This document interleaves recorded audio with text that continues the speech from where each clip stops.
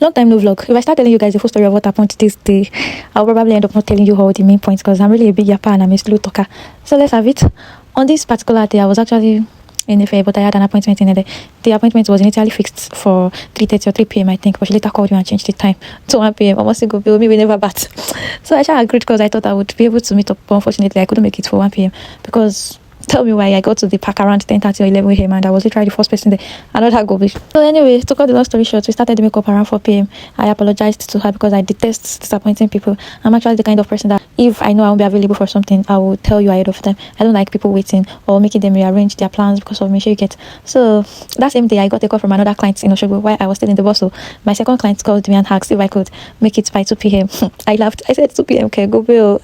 I was still in the bus, so I had to beg her to reschedule, and I asked her to choose another time to come for the day, and we fixed 4 p.m. Silly me, I thought I was being smart because I was actually thinking that to Oshogo is not that far, so I still have enough of time. So I finally finished with the first client, and I had to rush down to Oshogo for my second client. I kept apologizing to her, and she said it was nothing. I was so glad. By the time I finished the second client, it was already late, and if I decided to go back to it that night, the drivers and the bike men would probably collect my entire life savings. That was why I had no choice than to sleep in Oshogo.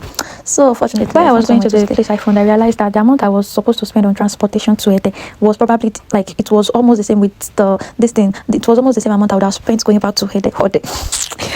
I literally do not have any choice anymore, so I had to go. So next day I had an appointment scheduled for 12 p.m. because the people I was supposed to climb were sitting for their licensing exam that same day.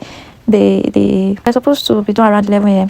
So I was like, once it's 9:30 a.m. I'll start dressing up and head to the studio. That was when I realized that I was locked inside the house, and the crazy part is nobody was even at home with me. I was just there looking at the door like I was just saying like million times that day. I almost cried because honestly, small things make me cry. The funniest part is that the owner of the house left with the keys, and he left around 7 a.m. He told me he would be back in 2 hours. I believed him, and I was like, by the time I'm ready to leave, he would probably be back by then. My dear, I waited from 7 a.m. to I think he got back around 1 or 2 p.m. I think, I don't really remember. So when he got back, he opened the door for me because I almost cried. But fortunately for me, the people I was supposed to climb already understood the whole situation, so they were like, no problem, because they were the one that brought me to the house in the first place, so they had no choice than to bear with me.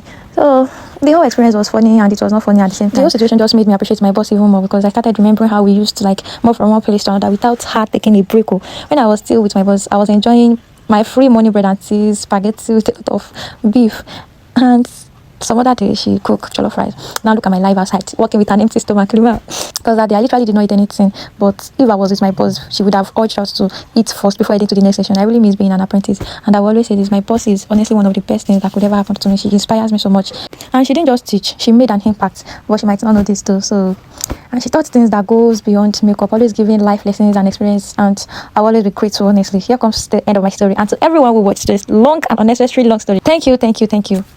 So now, again, and to everyone who watched the long, unnecessarily long story time till the end, thank you, my loves. Thank you for watching. I will support you too. Bye.